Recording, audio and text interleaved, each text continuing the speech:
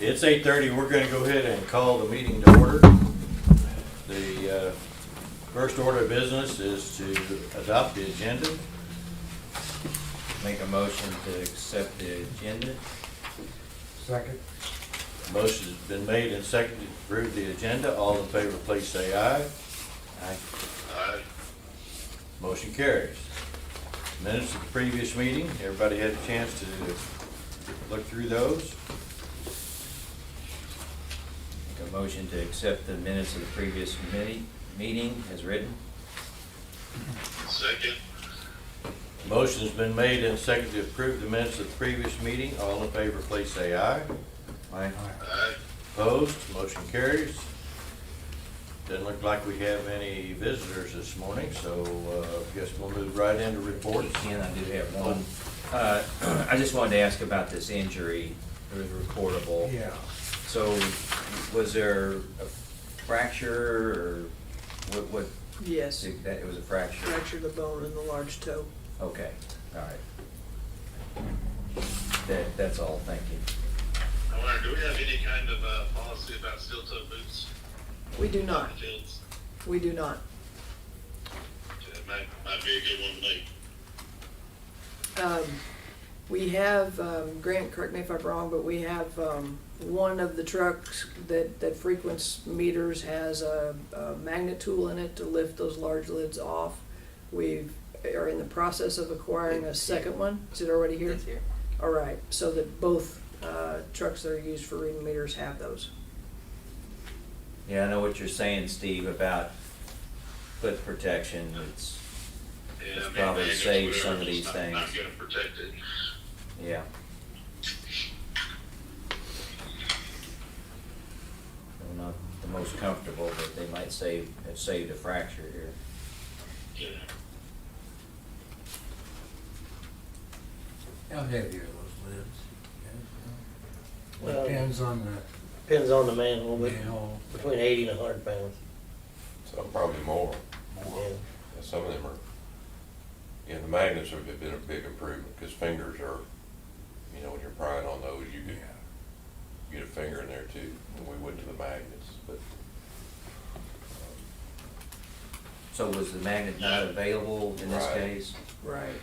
We purchased a second, or an additional magnet to make sure they have that when it's needed. I think that's correct, Megan? Yes, yeah, and Grant indicated it's already arrived, Yeah, so. it's already here.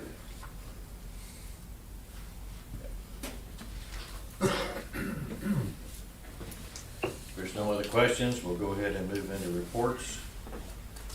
Doug? Well, I guess Grant's up first. Sorry, Grant. Morning, gentlemen. Morning. I do have one action item. It's the inflow infiltration improvements. It's a budgeted item. We did have Burton McDonald complete a sanitary sewer study for the I&I in 22, and on their findings and recommendations, we got together with them and developed a smoke testing program.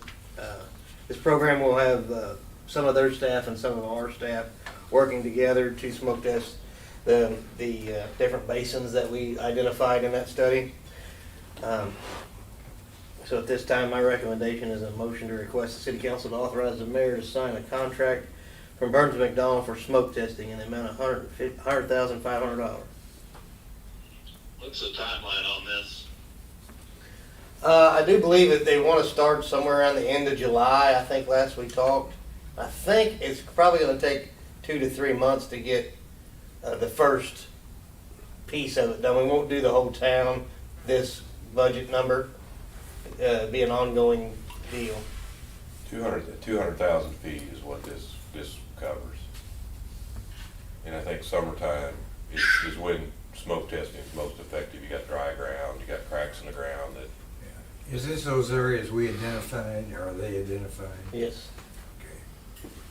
We'll start with the lower hanging fruit, the bigger areas, and move on out from there. I know when we first talked about this, there was some concern about, smoke getting into a residential house.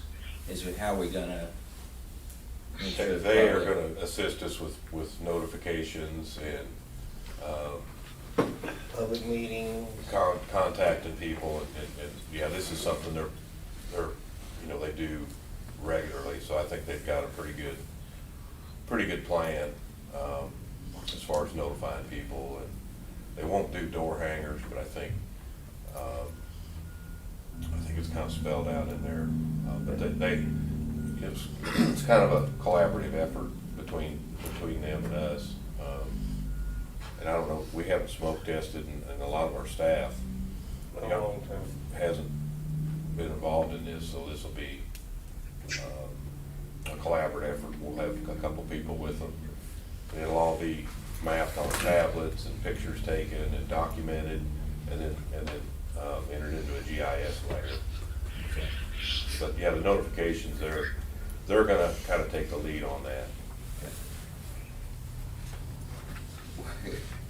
So what if we start seeing smoke out of the downspouts? It's gonna probably tell you that the perimeter drain's tied to the sewer. So then, you take any action at that point, or?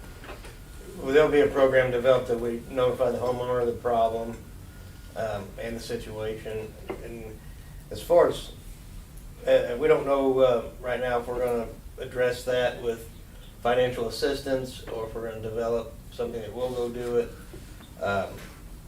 Correcting the private side is still a challenge statewide, but first you have to identify it, so it's not really a good plan to set aside for anybody on how to correct it. We can't make them spend money at this point, but. Okay. I think it's more of an inventory. We're gonna We'll inventory. be aware of it. Inventory the defects, and then once we kind of have an idea of what we're looking at, then we'll have to develop solutions to address those, even if it's a foundation drain, I think, I think Burns has worked, with some other communities on developing different plans. I mean, there's a bunch of different ways we can address it, but we can see how many of those we have and then kind of figure that out later. Okay. I would make a motion to request the city council authorize the mayor to sign the contract from Burns and McDonald for smoke testing in the amount of $100,500. Second. The motion has been made and seconded to request the city council authorize the mayor to sign the contract from Burns and McDonald for smoke testing in the amount of $100,500. Any additional discussion? If not, all in favor, please say aye. Aye. Aye. Opposed, motion carries.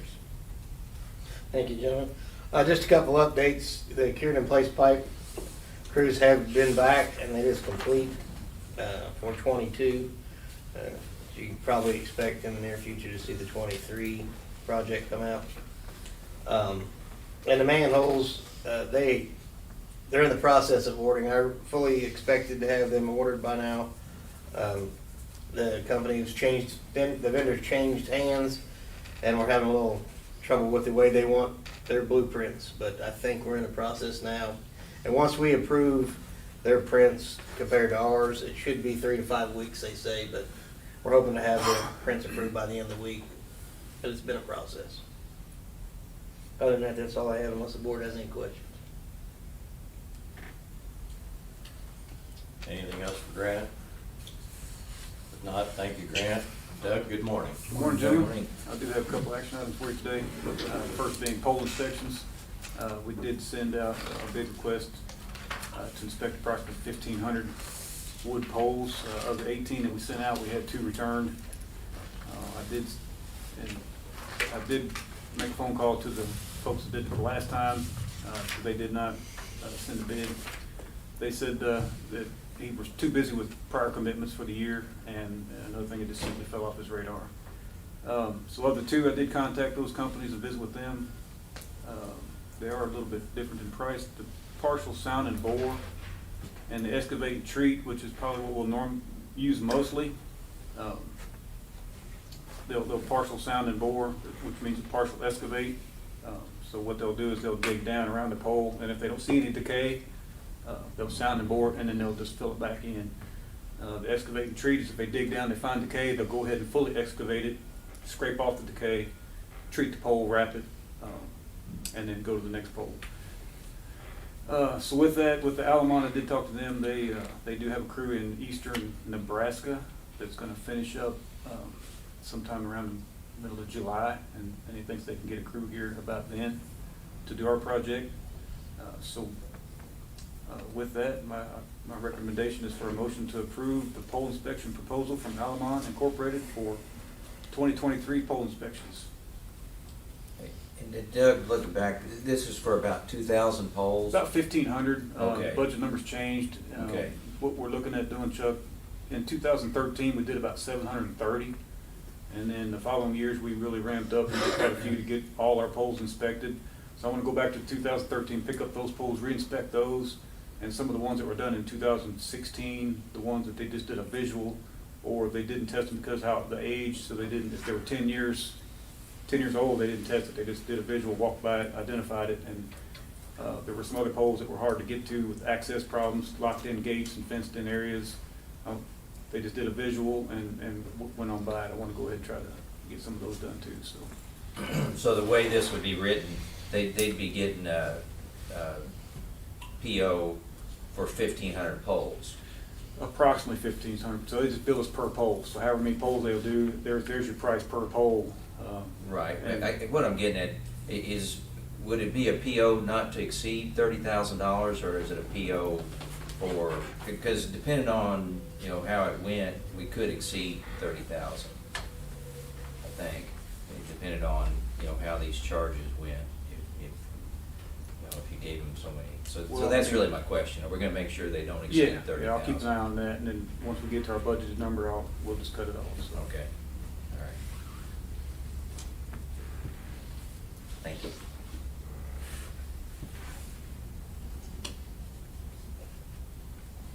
Yeah, I think it's a good program. I'm happy we do it. I think it saves us future problems by staying in front of it. So I make a motion to approve pole inspection proposal from All Money for the 2023 pole inspections. I'll second that. Motion has been made and seconded to approve pole inspection proposal from Alamon Inc. for 2023 pole inspections. There's no additional questions. All in favor, please say aye. Aye. Aye. Opposed? Motion carries. Thank you, gentlemen. Second action item concerns the Mighty One sub transformer and switchgear replacement. Back when we started this project, started talking about getting this replaced, we were in the middle of another substation rebuild, so anticipating the end of that one, we were gonna try to move right into this one. And doing that, we were looking at the switchgear and the condition of it. It's in terrible condition. It wasn't a real good design to begin with. We've been battling that over the years. And the transformer right along with it, with the age, it's pushing 40-year-old transformer. It suffered a significant fault back in 2003. It's a workhorse for us. It's the most loaded transformer we have, which it's not, you know, overloaded by no means, but it does provide power for a large portion of the town. With that said, so we went into it thinking we were going to replace all of that equipment, and then beginning last Thanksgiving, we started having trouble with the Miami One tap changer, so we had to go through and rebuild that whole thing, which we finally got it back in service. Basically, got a brand new rebuilt tap changer on the side of that transformer. And during that process, they tested that transformer. After they made the repairs, they tested it, did the windings test, resistance test, turns ratio on all the tap changer. And during that, he said that transformer actually tested pretty well. You know, for its age, it had basically new transformer test results. It was in good shape. And so that got us talking about maybe potentially keeping that transformer. You know, it's the budget cost looking at replacing that's $1.3 million just for that transformer. That doesn't include the bus duct, the grounding transformer, some other associated equipment that goes with that.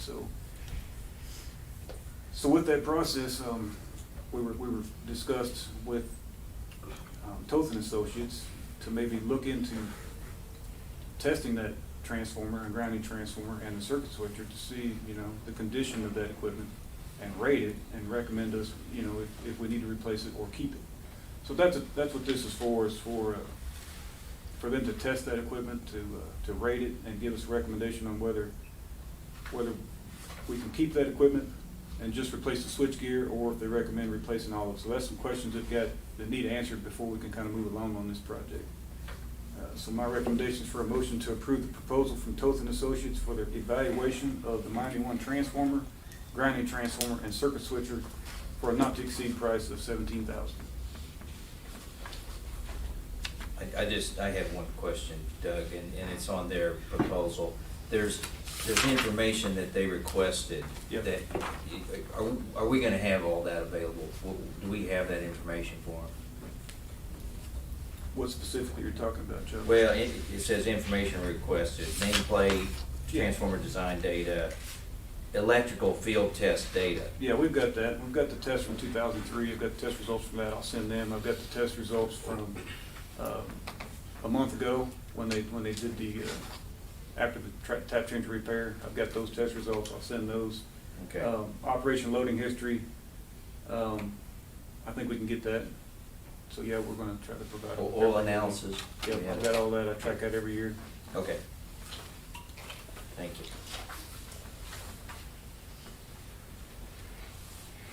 I'd make that, unless there's any further, I'd make a motion to approve the proposal from Toth and Associates for the evaluation of the Miami One transformer, grounding transformer, and circuit switcher for a not to exceed price of $17,000.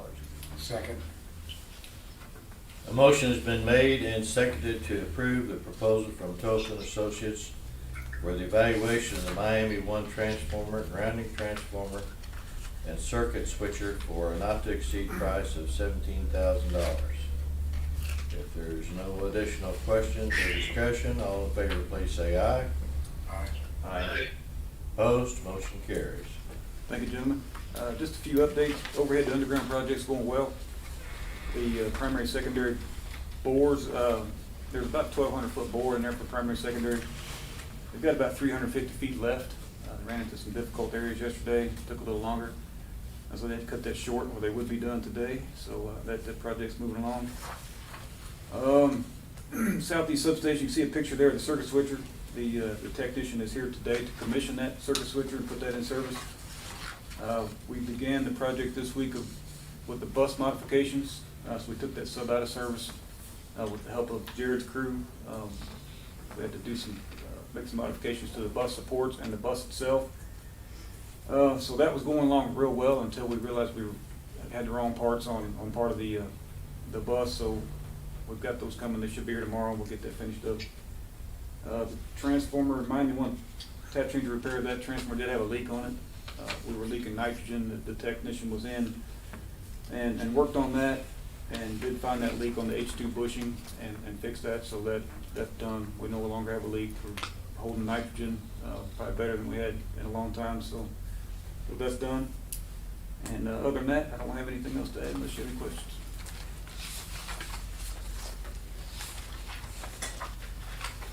Any questions for Doug? Thank you, Doug. Thank you. Megan, good morning. Morning. Morning.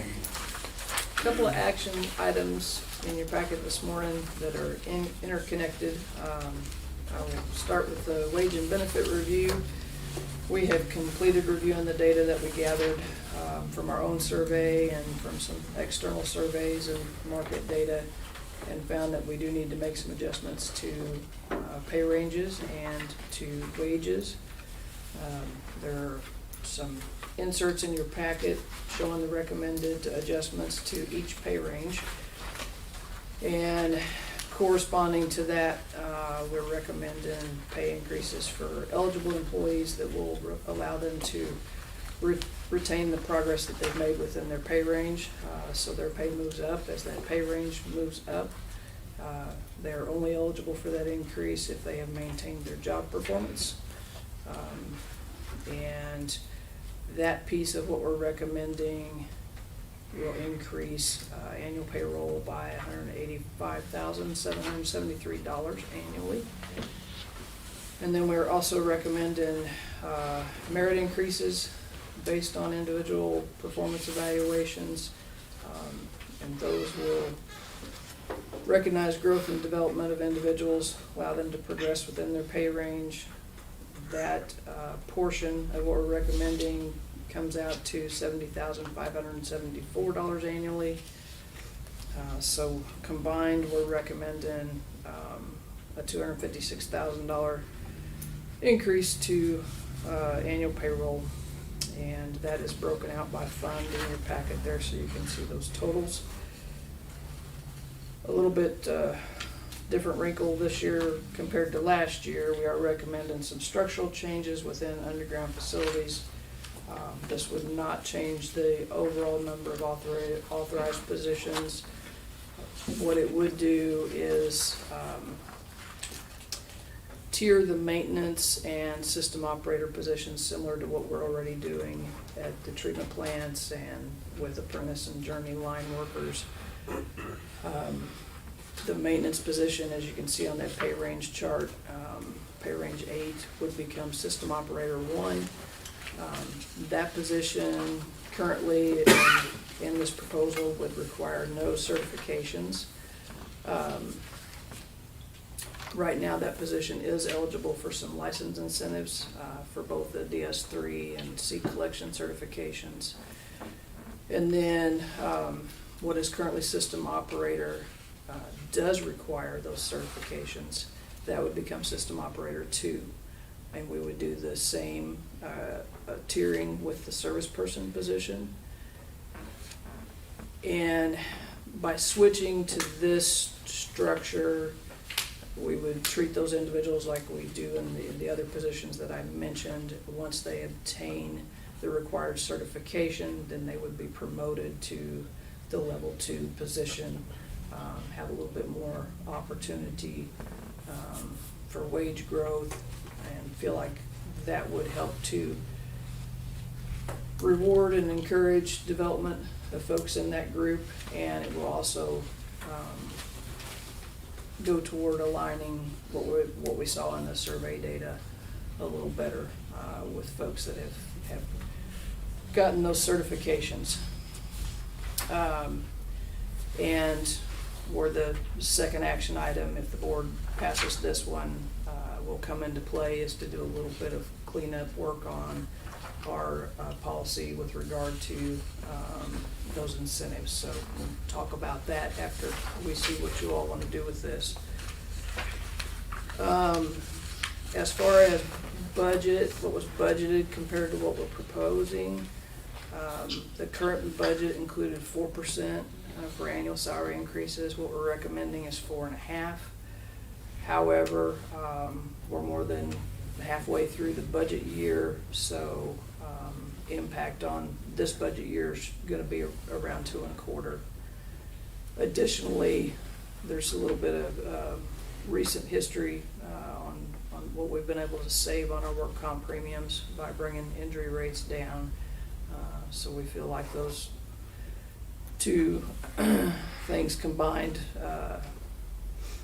more than make up for the 0.5% we theoretically went over. So last piece there is just we look at several salary budget surveys each year, and that's just kind of showing you how we're running compared to one of the larger ones there, the World at Work salary budget survey. And we're kind of trending behind that if you look cumulatively going back over the past 10 years or so. We did look at, within our survey, those entities that we had data on last year and this year, just to kind of see what type of increases those other employers made, and average increase to actual wages and to maximum pay rates was at 5%, and then average increase to entry rates, and what they reported was 5.9%. So we feel like we are in line there too with the recommendations. And I will be happy to try to answer questions. We did try to simplify the language on the action item, what we're recommending there a little bit, just to, rather than the paragraph you've had in the past, just a motion to approve wage and salary changes as presented to become effective April 23rd. Again, I'll be happy to answer questions, and I do have printed copies of the language we've been using the past few years if you prefer to see that stepped out. So.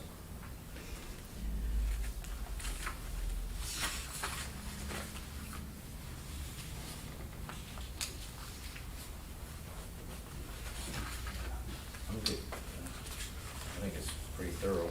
I just appreciated all your hard work, man, and especially the effort to beef up the, trying to say the The lower range. lower range. Yeah. Try to maintain our ability to get good qualified people. I think that's essential. You did a good job. I agree. Thank you. I would make that motion to approve wage and salary changes as presented to become effective on April 23rd, 2023. Second. A motion has been made and seconded to approve wage and salary changes as presented to become effective on April 23rd, 2023. There's no additional discussion or questions. All in favor, please say aye. Aye. Aye. Opposed? Motion carries. Thank you. The second item, action item there,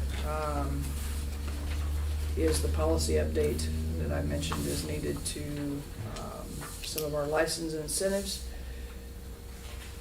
And what this will do is remove that maintenance position and from eligibility for the DS3 and C collection certification incentive, since they will become System Operator 1 and need to obtain those to move up to System Operator 2. And then it will also update the policy to allow the service person to pursue the same B and A collection license incentives that System Operator is currently eligible for. So- Go ahead. These job descriptions are paid, like maintenance, that goes away. And Right, no longer, it right. now becomes, and same with system operator, those. Right. Okay. Maintenance goes away, becomes System Operator 1, and then just plain System Operator becomes System Operator 2. Yeah, and those titles are cleaned up in the policy revisions as well. And if you're a system operator 1, the incentive to become a system operator 2, there's just an incentive, it's the wage increase. Right, you move from what's currently pay range 8 to pay range 10. And I should say, how we handle that with the treatment plant positions and with the apprentice positions, when someone receives the licensing or certifications that they need, then that's automatic that they move to Operator 2, System Operator 2, or Journeyman, whichever case you may be talking about. And then there's a one-time, the department head can look at the pay and see if any adjustment is necessary as that individual moves into that next classification. So someone could hire in as a system operator 1 and never get to just stay as a system operator 1? Yes, If they were so inclined? yes. Okay.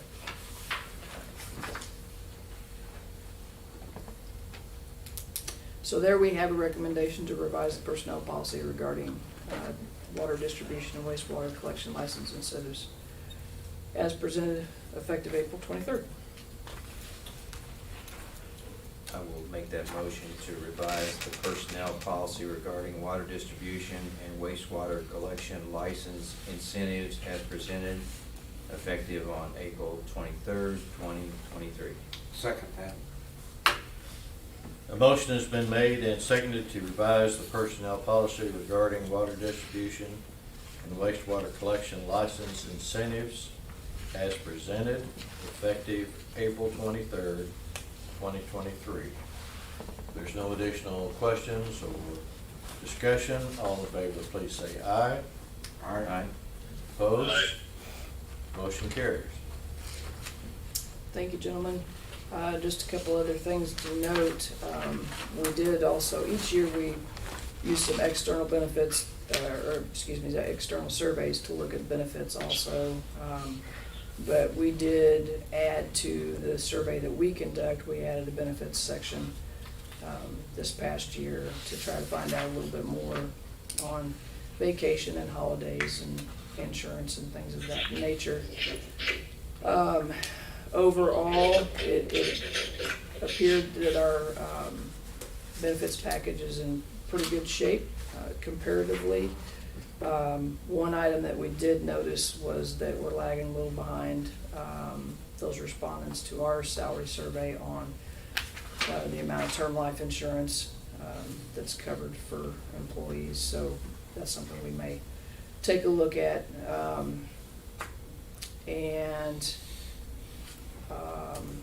On holidays, it's still under, as far as our survey, just half that have added Juneteenth.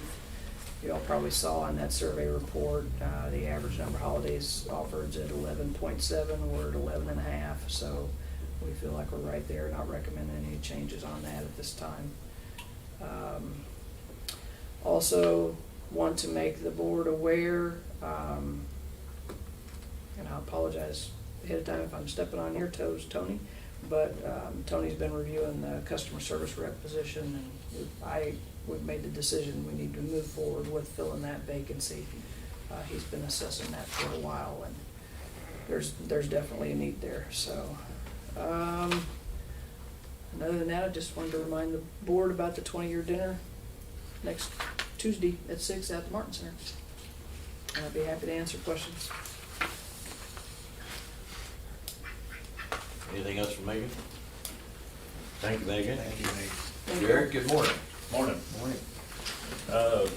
Accurate Superior Scale completed the scale installation, and that all seems to be working good. The system, the program is a little different than our old one, so it's taking a little training, but everybody's getting a little more familiar with it, and that seems to be working well.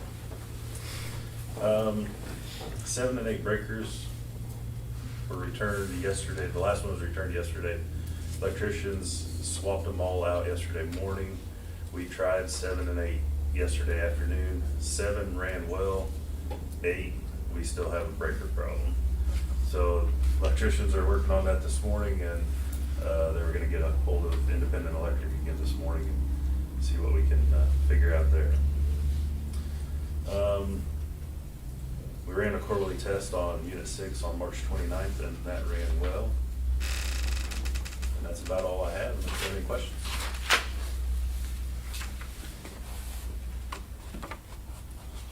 So it's the same problems seem to be recurring? Yes. Yes. The breaker will not close now. We've had that. We've had problems with it closing and opening. And it would not close yesterday.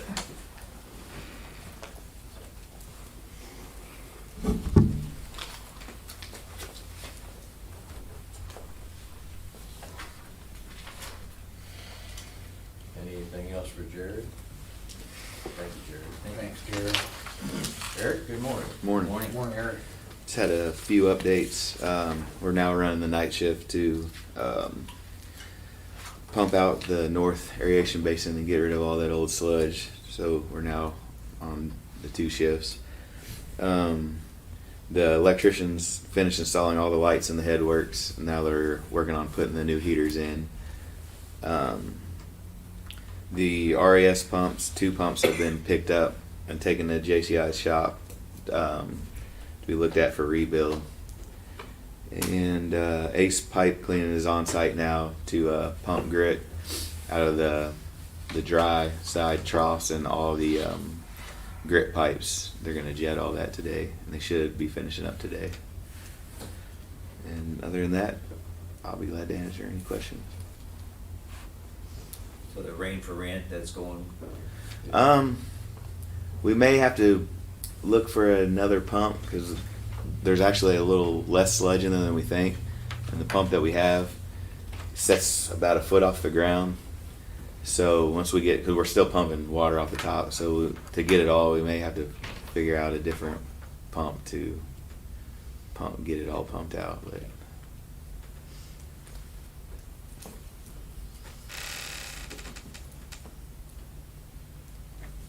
Anything else for Eric?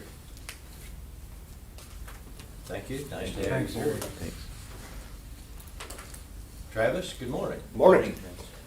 Don't have a whole lot to add other than what's in the packet, but I'll be happy to answer any questions if you have any.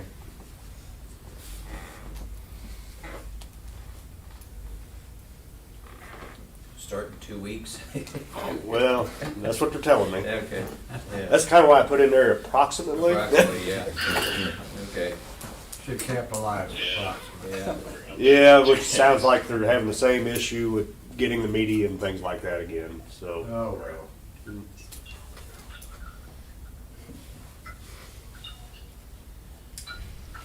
Anything for Travis?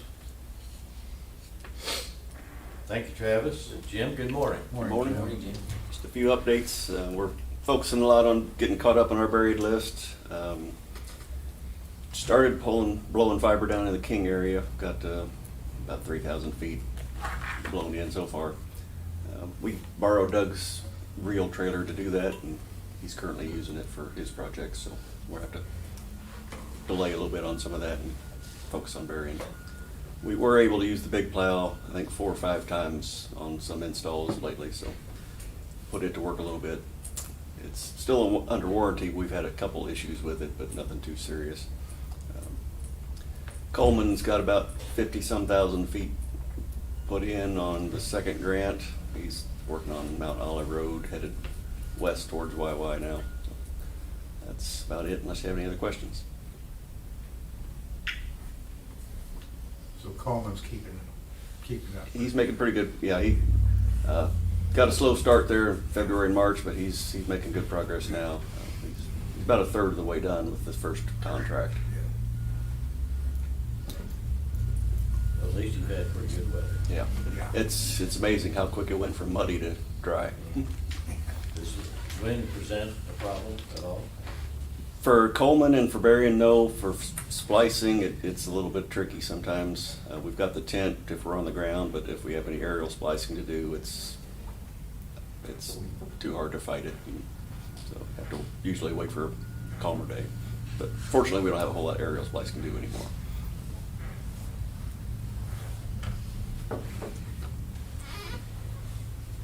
Looks like installs just keep going. Yeah, we're finally making a dent on our waiting list, so Great. we're getting some of these areas completed that we're waiting. So now that we're starting to do installs on Shackelford, our list is getting a little shorter now. We're still over 40 on the list, but we're making headway. Anything else for Jim? Thank you, Jim. Tony, good morning. Morning, Tony. I did hand you guys out a copy of the audit. We did receive it last week. I did put the,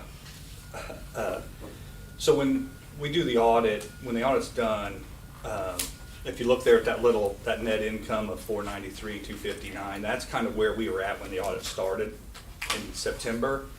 And every year they do this, it's called a GASB 38 or 68 adjustment. And what that is that's the reflection of pension benefits from Missouri loggers. So their year end is in July. So they look at their financials and they look at kind of our long-term obligations to the pension benefit, and they do this adjustment every year. And I haven't included it in the past, but the last couple of years it's been a pretty big adjustment, so I just kind of wanted to kind of show you guys kind of where we were at before the audit, and then they do this adjustment during the audit.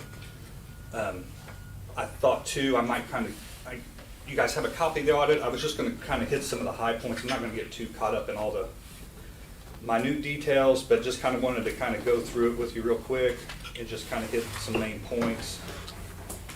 If you look there in the audit, you go to the, I think it's the third page, is the independent auditor's report. They're just basically saying their opinion of the audit, which we did receive a clean opinion, so no material adjustments. Something you will know down there where it says change in accounting principle, there at the bottom, there's a new GASB 87, which we have to capitalize lease agreements. We do have one on a copier at the office. So that was something new this year that we had to do. If you go a few pages back, I think page 4, that's kind of our management discussion and analysis. So we kind of work with the auditors, put this together. Basically, if someone from the public wanted to know about MMU, they would kind of come to this page, and it just kind of goes over some of the projects that we've done over the last couple fiscal years, kind of a breakout of each department's financials. Something you will see new in there is that this year IT and broadband's broken out separate. We've always broken that out in the past, but the audit's always been included in electric. And I think that is on page, would it be page 12? Page 12 there, that's kind of new. We just broke out that department. And that's basically, you're just kind of looking at your assets, your net position, financial highlights for each department. If you go to page 15, that's basically a snapshot of our balance sheet, statement of net positions. And then you'll see there that IT and broadband's broken out there, but it's just kind of a snapshot of where we're at on our balance sheet. The liabilities are on page 16. If you look there at the bottom, you'll see deferred outflows and deferred inflows. That's related to that pinch, that GASB 68. So what they do is they make an adjustment to the balance sheet, and the difference hits our income statement. And that's why we saw that increase between the difference of those two, which contributions and payments made out in the plan. If I'm going too fast, just slow me down here. Is that page 16? Yeah, page 16 is the liability side of Okay. the balance sheet. The next page over, Spencer, page 17 is our income statement. So you'll see our kind of our operating revenues and expenses. And there, about halfway down that middle of that page, an operating expense down towards the bottom of the operating expense section, you'll see government employee retirement system. So you'll see those negatives. Yeah. That was that adjustment. So it's kind of a negative expense, which just kind of hits. So we basically lowered our expenses by $1.2 million, which looks good, but it's a big change from where we were at before the audit. The next page over, page 18, is just our cash flow statement. Kind of where we're at. Overall, our cash increased to $3.5 million.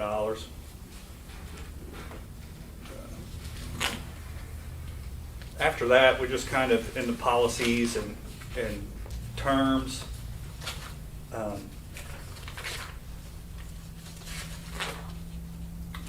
Page 25 is kind of our assets broken out, our fixed assets for each department, depreciation. Page 29 is our long-term debt. So it's got the interdepartment loans on there. It's got the loan to the city. That's on page 29. And then really the rest of it's just kind of, if you go back to, I think it's page 30, or page 30 is the leases, that's new. That's that capital lease that we had to do. It's only $7,700, so it's pretty minor.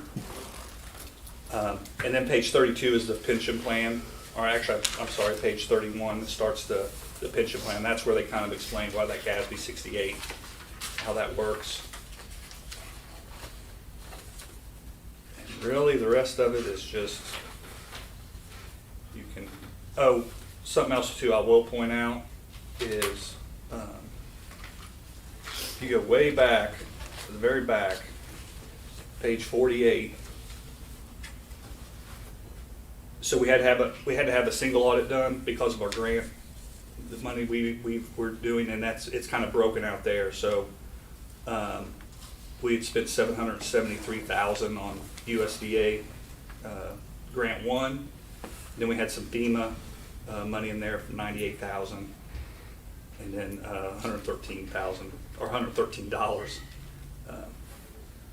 for a little state agency. So if you guys have time to review that or have questions, feel free to holler at me, but just kind of wanted to give you a brief. So really the two things that changed is capitalizing leases and the change in the accounting practice for the pension, is that? That's always been around, and they do that adjustment every year. Oh, okay. But That was just an the adjustment. leases is new this year, was just the 22, they just changed that, so. Okay. But sometimes it's kind of confusing when, if you guys see the financials and you see September, we were at 493, then all of a sudden it jumps to 1.2 million. And that's why, because of that GASB adjustment that they do for pensions. So.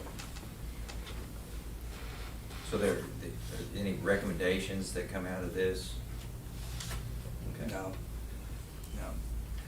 No, everything went fairly, it went pretty smooth. What do we do with this audit after it's all said and done? Do we file it with anybody, or do we? Yeah, USDA wants a copy of it, MPUA wants a copy of it.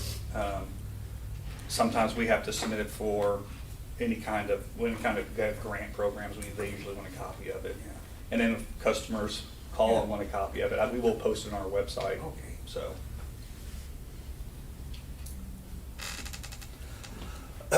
Other than that, just some miscellaneous stuff that I've been working on, but I'd be more than happy to answer any questions. Like I said, if you guys have questions on that audit, just give me a call.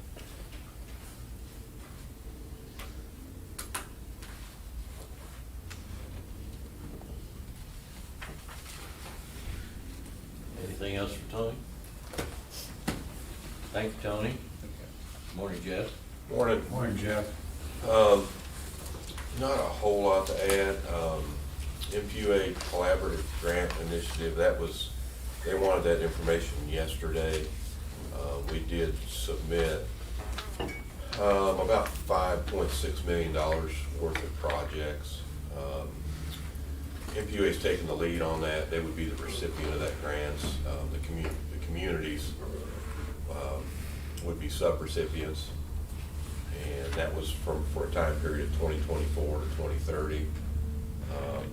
And having our 5-year budget made it easy to, we kind of already had that information, what we've got budgeted over that time period.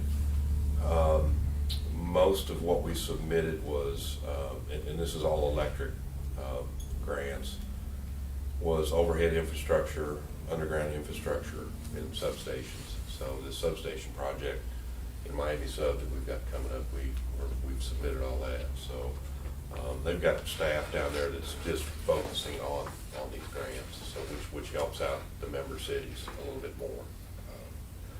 So I was able to get that turned in. We did MSDC met with WSKF Architects and McClure Engineering. MSDC has a contract with WSKF to develop a plan for the junction. I felt like that meeting went very well. The McClure Engineering part of that, they brought them in. That was their economic development group that works with different businesses to design stores, construct stores, do those. So they've got some contacts there. But I think their initial vision when they kind of brought in a layout presented to us was pretty close in line with I think what we were thinking. But be nice to have that in our pocket should we have some development down there. Do have a MSDC meeting this afternoon or this evening with Kent Glasscock to kind of come up with a master plan. looking forward to that as well. I think that'll give us some good direction moving forward with that group. And I don't really have anything else to update. Be glad to try to answer any questions. I think you'll see the contract for Consolidated Water District Number 2. They were contacted by USDA. That's where they get their funding, and USDA just let them know your contract's coming up in 2026. They want to make sure they've got a water supply ahead of time, so we've got a little work to do on that. They did ask for an increase in the contracted amount of water. I got to pass that on to Travis and, make sure we're keeping plenty for ourselves. We don't want to give our water away and then put us in a bind. But and you guys may have some input on that as well. So when we kind of get through it to a point, I'll bring it back to you guys to look at. Do you know how much of an increase it was? It was 100,000 a month or Something like that. I can't remember off the top of my head now. or a day. It was pretty substantial. They picked up another area, so in their contract, and since the original contract, there's been several amendments. If the contract spells out what areas they can serve, and they've added another area I think they're picking up. So I think that's partially the reason for the increase. So, but yeah, Travis is looking at that. But it's a it'll be another 25, 30-year contract. I think this contract was has been in place for 25 years. So we're probably looking at something similar. I think it's pretty common. As far as costs and everything, in all our contracts, all the wholesalers receive the same rate. So I think that's a good practice to continue. We don't want to single anybody out. We want to make sure that we're being consistent in that area as far as our rates for those customers. So is everything going okay? Mm-hmm. Good. Yep. No issues. Good. Well, that was my question. No, it's been going good.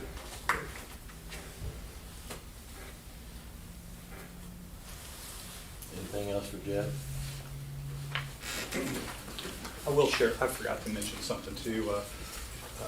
Earlier, I don't know if any of you received any phone calls this week. We got hit pretty hard at the office Monday or Tuesday from customers about RTS.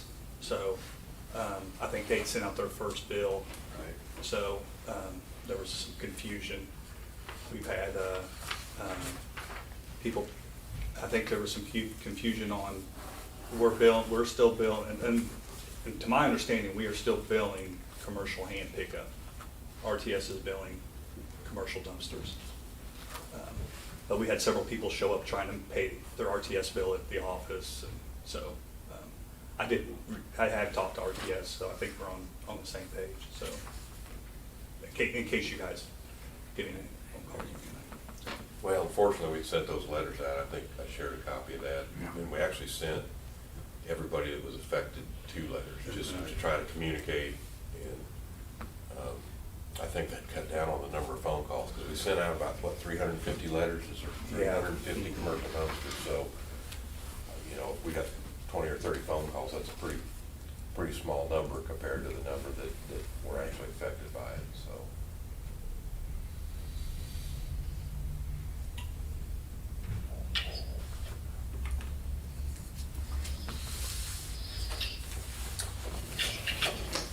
Is there anything else? If not, we'll move to. Tony didn't do so good. There's a lot of stuff in here. Yeah, I think Told me that there was 113,000 on that CIP municipal pipe tool. Is that the last? That's the first payment. That's the first? Mhm. Okay. Yeah. And then we usually Well, aren't they not retain, we done? retain a percentage of it until it's. That's the lion's share of it, you know. They're about done, aren't they? They are done. They're done, okay. Yeah. We just Okay. held off because they had one inch line left, and so we haven't paid them the full amount. They just completed this week. Okay. Yeah. So there'll be more coming, but maybe not to this amount. Yeah, it won't be distributed that. I think It's usually like a 10%, don't we, with, we didn't pay it all, and then the retainage, Uh-huh. and the budget was 150. so 150, yeah. Somewhere around Okay. 40,000. Can be. probably. Can't Maybe, pull right yeah. back. And I think Jared's scale was in, I think the scale was in there too for 90,000, so. That'll get submitted to Region F, Mhm. so there'll be 85% of that reimbursed. Burns McDonald's in there.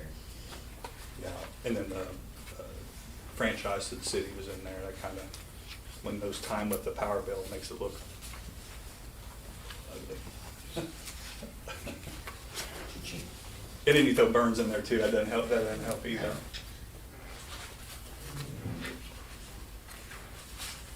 Yeah, we did, Grant and I had a meeting with Burns the other day on North Street Pump Station project. And the project manager wasn't real happy because the switchgear delivery from Siemens is now been moved back to November of 2024. Not 2023, but 2024. And I think they were originally, Grant, I don't know, was it July? July. And they pushed him back once and they pushed him back again, so I think he's gonna move up the ladder to Siemens to try to see if they can't get that headed the other direction. It just, lead times on stuff is pretty crazy right now. You just don't know, I mean, until you place the order, and then, you know, what they tell you initially may not hold. Yeah. And then the price, well, and not in this contract, but, you know, I think Doug's got some transformers ordered. Jim's got stuff ordered, and they quote you a price, but then it's a little note there that says, this will probably change a year later when we can get them, so. Yeah, I think that North Street, other than that, I think they've got pretty much all the, POs issued. POs are out. The dehumidifier was the only one. Yeah, that there's hit. only one, but it was kind of a, it didn't act like that was a big deal. Right. So, things are ramping up there, still on schedule to start in July. The MCC's actually, that shipping date actually got moved up, It did, yeah. possibly. Or, they said it is, but we're acting like it's not, just in case. Right. It's just pretty volatile environment.